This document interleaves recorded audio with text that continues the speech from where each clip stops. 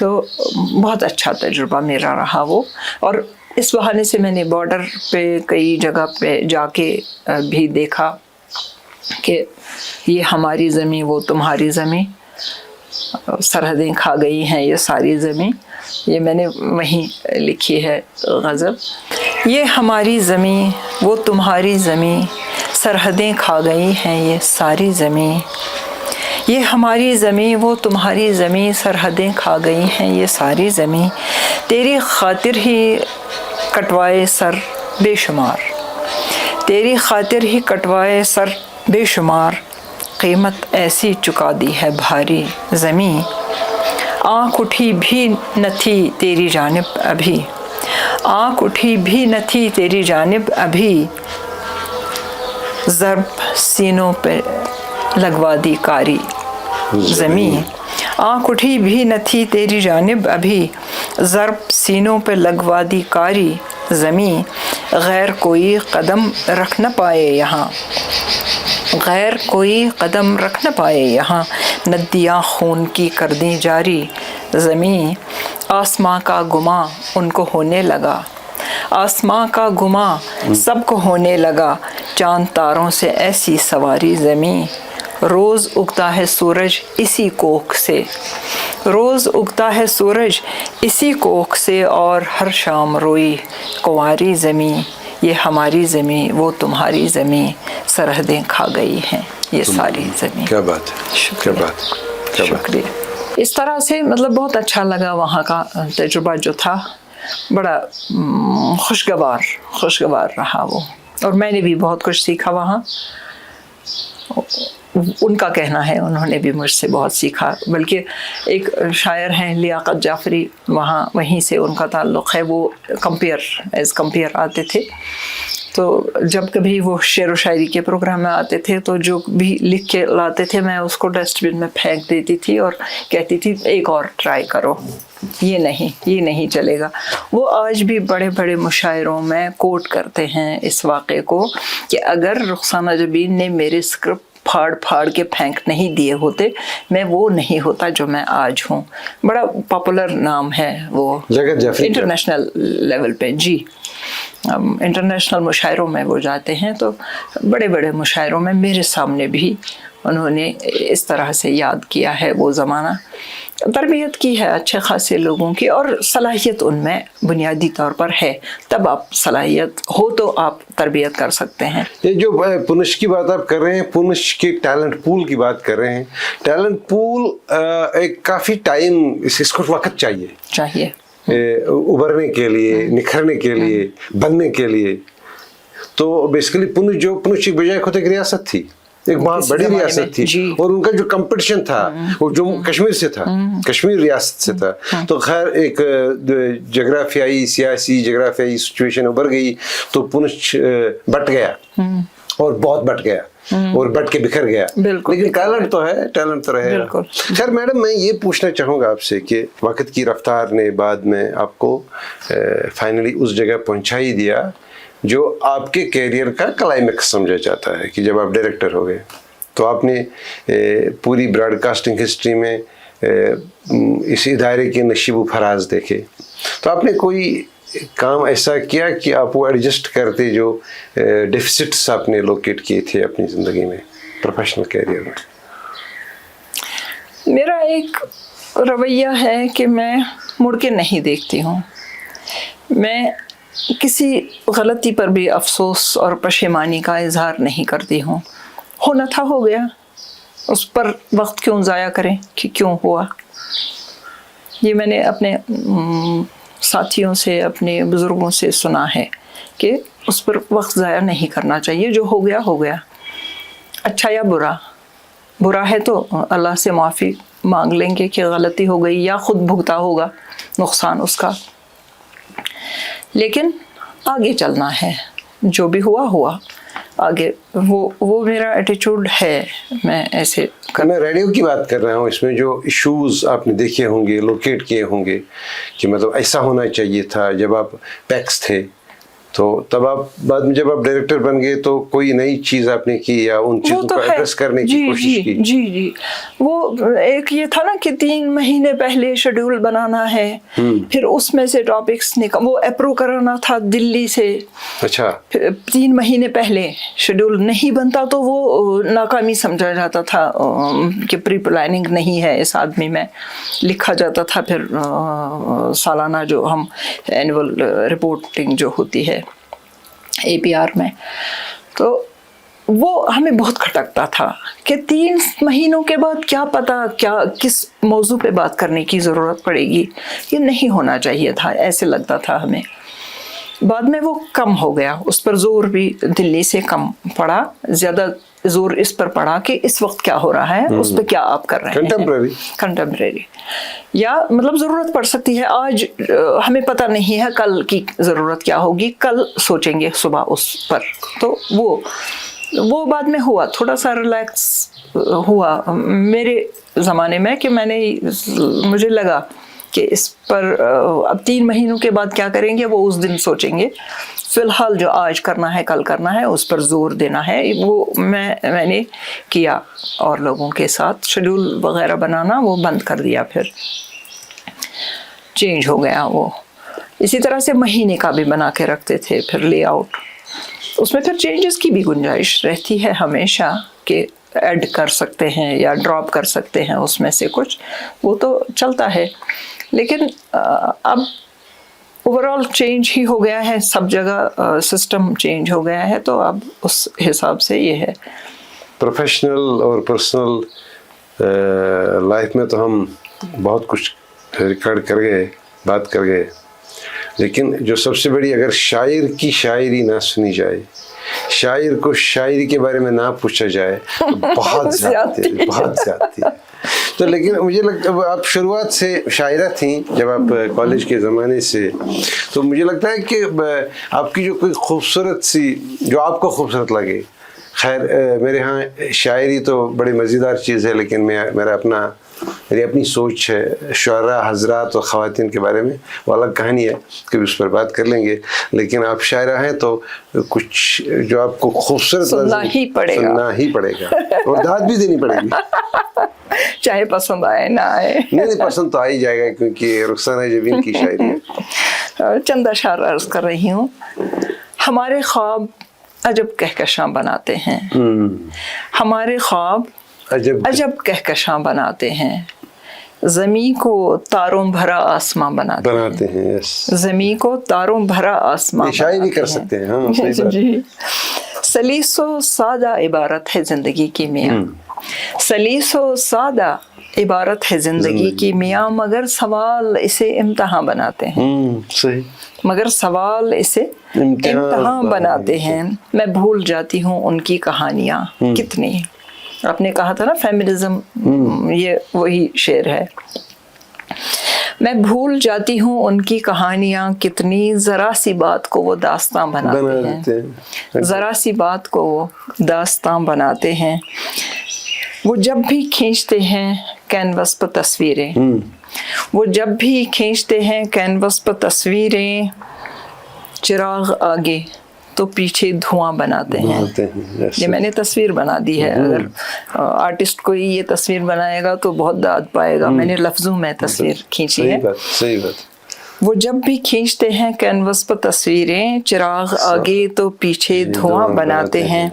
نئی رتو میں پرندے نئی امنگ کے ساتھ، نئی رتو میں پرندے نئی امنگ کے ساتھ، نئے شجر پر نیا آشیاں بناتے ہیں. نئے شجر پر نیا آشیاں بناتے ہیں. ہے دیدنی یہ عقیدت، یہ عشق، یہ اخلاص، ہے دیدنی یہ عقیدت، یہ عشق، یہ اخلاص.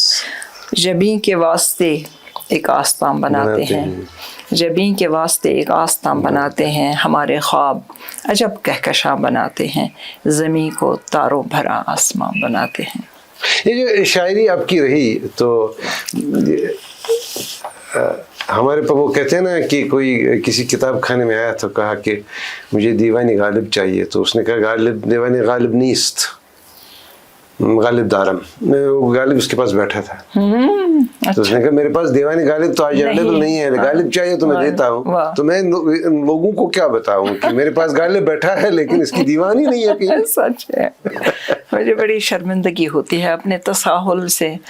میں بس آج کے اس میں لگی ہوئی ہوتی ہوں, آج کے کام میں. وہ کل کا کام ہے. اگر اس کی ترتیب دی ہوئی ہے, کمپوز کیا ہوا ہے, بلکہ صرف شعری مجموعہ اردو کا ہی نہیں, کشمیری کا بھی میرا تیار ہے, لیکن میرا تساہل کہ اس کو فائنل شیپ دینے میں جو چاہیے تمانیت, یکسویت, وہ چاہیے کنسنٹریشن, وہ نہیں ہے, وہ لیک کر رہی ہوں میں. اسی طرح سے کچھ مضامین میں نے لکھے ہیں مختلف شخصیات پر, بڑی بڑی شخصیات پر, غنی کشمیری سے لے کے سعید رضا, مونوگرافس کہ ان کا حیات اور کارنامے. وہی تو جی جی. اس طرح سے اور کچھ انڈین لینگویجز میں کچھ افسانے, ان کو میں نے کشمیری میں ٹرانسلیٹ کیا ہے. وہ ایک کتاب چھپ کر آئی ہے, وہ تو خیر ترجمے کی ہی ہے. رتن سنگھ ایک بڑے اردو افسانہ نگار ہیں, ان کی ایک بچوں کے لیے کہانی ہے, ایک کتاب, مختصر سی کہانی, مطلب کتابی صورت میں. تو اس کا میں نے کشمیری میں ٹرانسلیشن کیا ہے. اکیڈمی نے چھاپا کیا؟ وہ این بی ٹی نے چھاپا ہے, نیشنل بک ٹرسٹ. جی, نیشنل بک ٹرسٹ نے چھاپا ہے. وہ اس وقت این این ووہرا جی یہاں گورنر تھے, تو انہوں نے ریلیز کی تھی ایگزیبیشن گراؤنڈ میں. وہ چھپ چکی ہے. اور اسی طرح سے مطلب بہت کچھ ہے تیار. وہ کل کو ضائع ہو جائے گا جب میں نہیں رہوں گی, تو کون اس کی رکھوالی کرے گا, کون پبلش کرے گا. ڈیجیٹائز کیجئے گا, ڈیجیٹائز کر کے رکھ لیجئے گا, ضائع نہیں ہوگا انشاءاللہ. تو ابھی تو آپ ماشاءاللہ جوان ہی ہیں, 70 سال میں. It is a state of mind. Age is just a number. Active تو ہوں, اس اعتبار سے کہہ سکتے ہیں. اسی طرح سے حافظ شیرازی کا کلام میں منظوم ترجمہ کر رہی ہوں اس کو, اسی ردیف, اسی زمین, اسی قافیے میں یہ کرتی ہوں. اور مطلب میں خود مطمئن ہوں کہ بہت اچھا ترجمہ ہو رہا ہے. وہ بھی انشاءاللہ ارادہ تھا چھاپنے کا, پڑا ہوا ہے سب, آپ دعا کیجیے. یہ جو شاعری ہے نا, شاعری ایک ہوا میں تصویریں بنانے کا فن ہے. جی بالکل. یہ انسان کی کریٹیوٹی کو جو یا تجسس کو یا امیجنیشن کو ایک زبان دیتا ہے, کہیں سے کہیں پہنچاتا ہے ذہن میں. امیجنیشن ہی بنیادی چیز ہے, پھر زبان پر ہو. لیکن شاعری نے آپ کو دائیں بائیں لیا بھی ہوگا. ظاہر ہے, کیسے آنکھ موند سکتے ہیں, سب کچھ وہی ہے جو دیکھا ہے آنکھوں سے. آپ مشاعروں میں گئے ہوں گے جی پورے ملک میں یا اس سے باہر. شکر اللہ کا, عزت کی نگاہ سے دیکھا جاتا ہے. یعنی جب سے میں نے شروع کیا ہے, شروع میں ہی کئی اچھے مشاعروں میں جو ملک کے ادبی ادارے بڑے بڑے ہیں, جیسے اردو اکادمی دلی یا لکھنؤ یا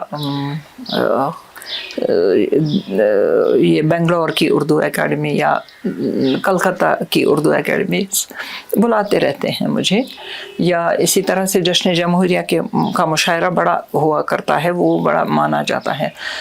شاد شنکر ایک مشاعرہ ہوا کرتا تھا دلی میں, وہ استناد سمجھا جاتا تھا جو اس میں شرکت کرے گا. جب میں نے شرکت کی تو سب نے کہا کہ بس اب آپ رجسٹر ہو گئی ہیں, اسٹیبلش ہو گئی ہیں ایز پوائٹس. اور اچھا کلام سنایا تھا, حالانکہ اس وقت ینگ ایج میں ہی تھی, یا شاید انسان ینگ ایج میں زیادہ اچھا لکھتا ہے.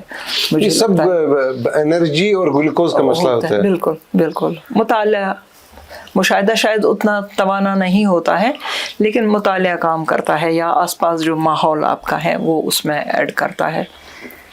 اس طرح سے بلکہ مجھے یہ بھی موقع ملا کہ بحیثیت شاعر ہی میں نے شرکت کی ایران میں.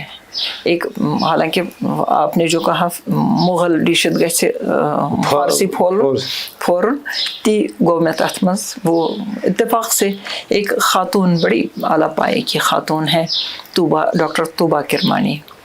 یہ پروفیسر رہ چکی ہیں تہران یونیورسٹی میں. ان سے ملاقات ہو گئی میری,